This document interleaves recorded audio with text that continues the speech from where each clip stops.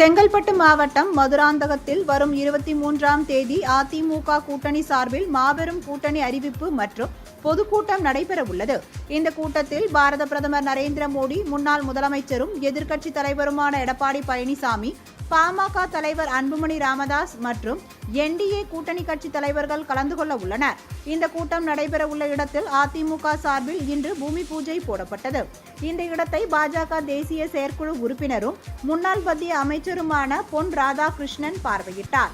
பின்னர் செய்தியாளர்களிடம் பேசிய அவர், வரும் 23ஆம் தேதி என்டிஏ கூட்டணி குறித்த அறிவிப்பு கூட்டம் நடைபெற உள்ளது எனவும், கூட்டத்தை சென்னையில் நடத்த திட்டமிட்டிருந்ததாகவும், ஆனால் இடவசதி இல்லாததால் கூட்டம் இங்கு நடைபெறுவதாகவும் தெரிவித்தார்.